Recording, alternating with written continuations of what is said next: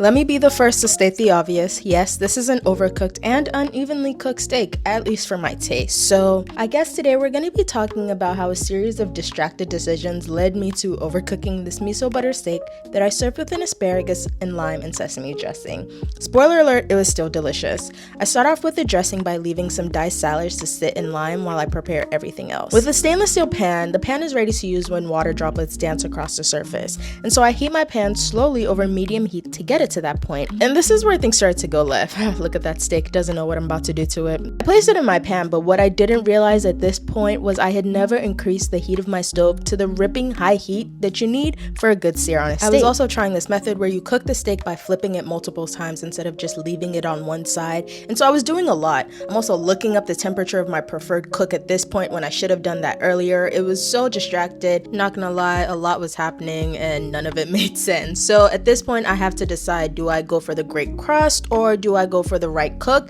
I hate a gray steak, so I decided, you know what, I'm just gonna go for the crust. I added in 2 tablespoons of miso compound butter that I had in my fridge, and also that charred scallion from earlier. I used that to infuse some flavor into the butter while I basted the steak. Look at it, look at that crust. That's what I wanted at the end of the day. In fact, I even put it back again for the other side to make sure that the fat cap was seared properly. Between the temperature changes and the in and out of the pan, we can see why things started to go left. This is definitely a do as I say and not as I do video. With the asparagus, we want to quickly get some color on there to bring out the natural sweetness and avoid overcooking. Thank God at least this turned out fine. With that done and the steak resting, I quickly finished off the sesame dressing for the asparagus, but would you believe I forgot the sesame oil, so I ended up adding that later. And now it's time for the moment of truth. We are slicing into the steak, and I can tell you I was not happy when I saw it. But then I tasted it and I said, oh, I'm not mad at this. This is actually delicious. To finish off, I spooned some of that dressing over the asparagus and drizzled that oil that I forgot, and this is the finished meal.